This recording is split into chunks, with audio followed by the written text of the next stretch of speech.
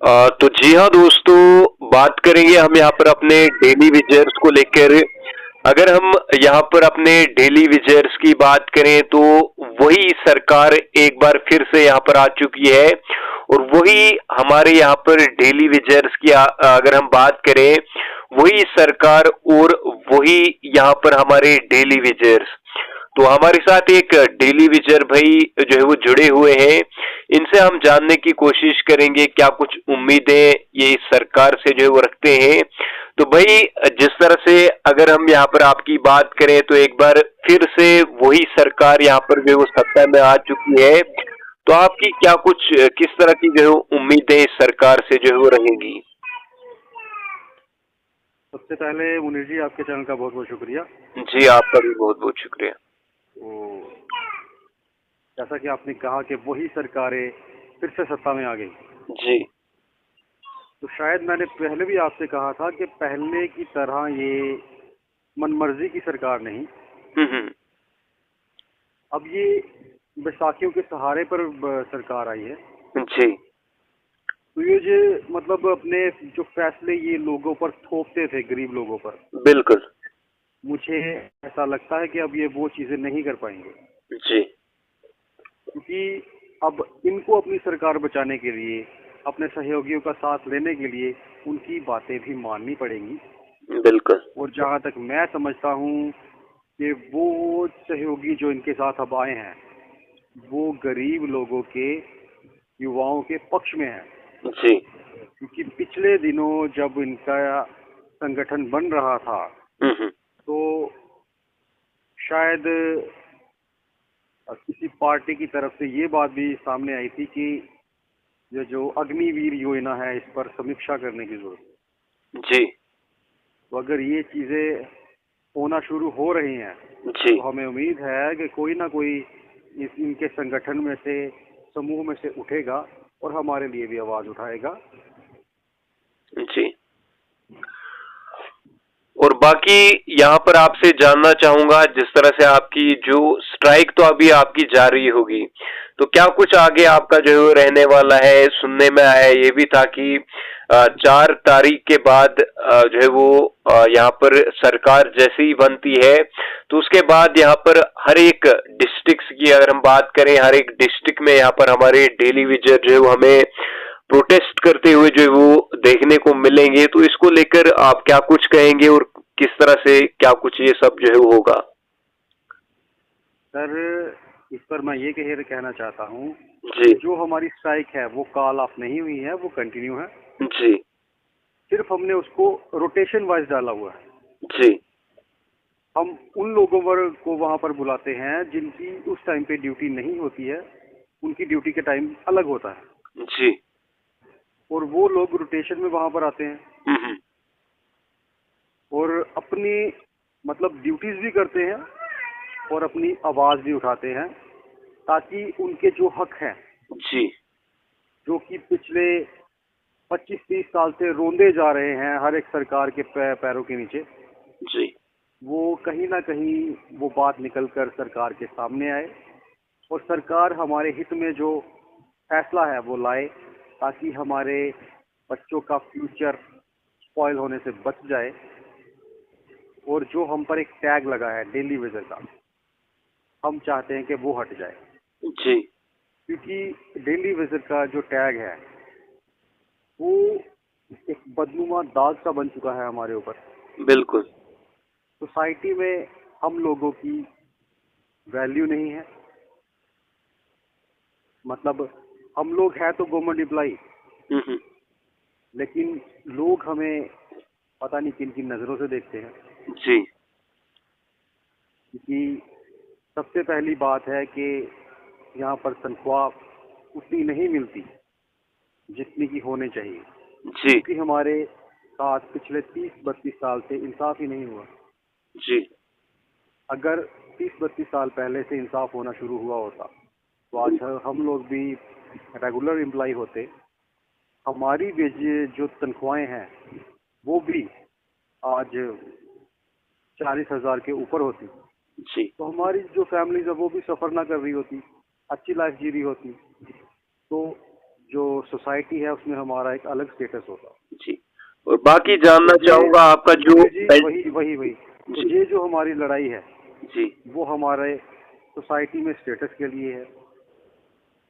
हमें जो पिछले 30-32 साल से इंसाफ नहीं मिला उसके लिए है। हमारी 2014 के बाद जो तनख्वाहें पेंडिंग कर दी गई, जो कि इस वक्त 70 से 80 महीने की पेंडिंग चल रही हैं, जी उनको हमारे फेवर में रिलीज करने की है।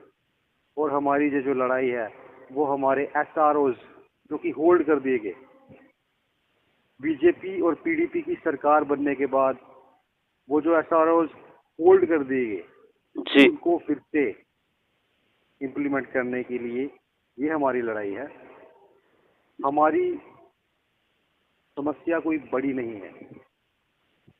अगर ये सरकारें 370 जैसे जो कि बिल्कुल मतलब सेंसिटिव इशू थे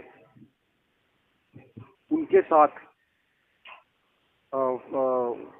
उनको हटा सकती है स्टेट से, जी तो हमें तो सिर्फ इन्होंने इंसाफ देना है।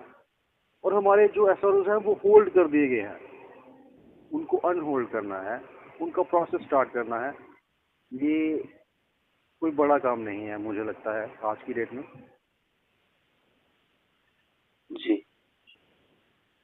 और बाकी जानना चाहूंगा आपका जो पेंडिंग है वो कितना, आपका जो है वो डिपार्टमेंट के पास आपका जो पेंडिंग वेजेस है जो आपने अर्न किया है, जो आपने मेहनत करके जो है वो कमाया है, तो वो जो है वो सरकार के पास अभी जो है कितना पेंडिंग है? सर मैं बता रहा हूँ 70 से 80 महीने की हमारी जो वेजेस है वो पेंडिंग है।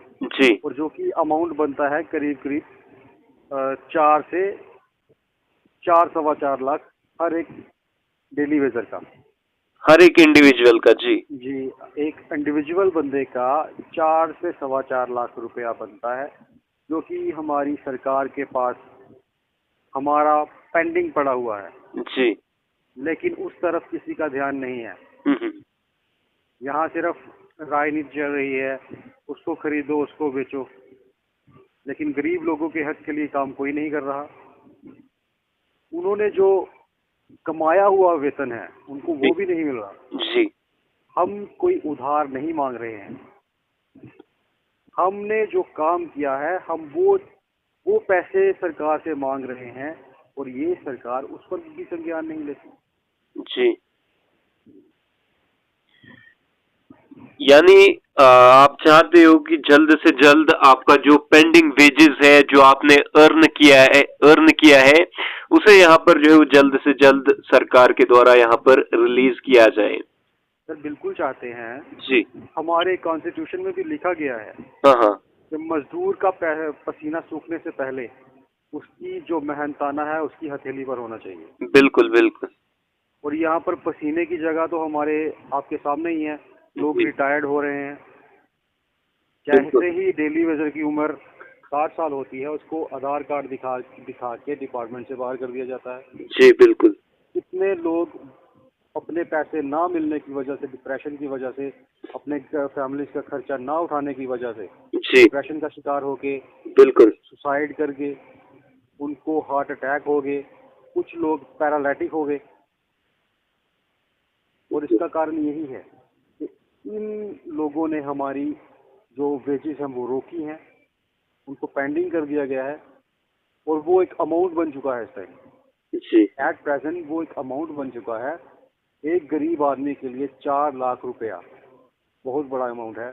उसकी पूरी लाइफस्टाइल चेंज हो सकता है उससे। बिल्कुल बिल्कुल। अगर वो पैसा उसको 1-2 में दिया जाए, कम से कम ज्यादा नहीं तो वो कोई अपना बिजनेस स्टैंड कर सकता है, अपनी वाइफ को कोई बिजनेस स्टैंड करके दे सकता है, ताकि उसका जो इनकम ऑफ सोर्स बढ़ सकता है। बिल्कुल। इन चीजों पर मतलब मैं चाहता हूँ और मैं सोचता हूँ कि एलजी साहब को इन चीजों पर ध्यान देना चाहिए।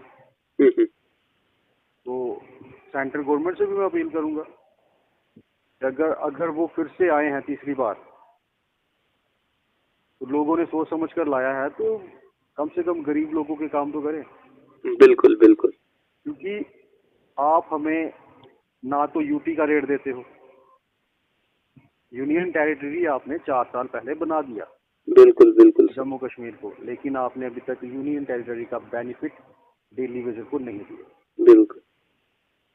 आपने एसआरओस बनाए लेकिन उनको होल्ड पे रख दिया। जी आपने वेजिस जो कि आप रिलीज करनी चाहिए थी आप लोगों ने, जी क्योंकि हम लोगों को उम्मीद थी कि ये पार्टी जो आई हैं ये मतलब किसकी बात करते हैं, गरीब लोगों की। तो आपको वो वेजिस जो हैं वो पेंडिंग नहीं करनी चाहिए, वो रिलीज करनी चाहिए, लेकिन हुआ उससे उल्टा। तो मतलब अब जब आप लोग आए हो दोबारा से, तो मैं यही उम्मीद लगाता हूँ कि आपको लोगों के काम करने चाहिए। जी।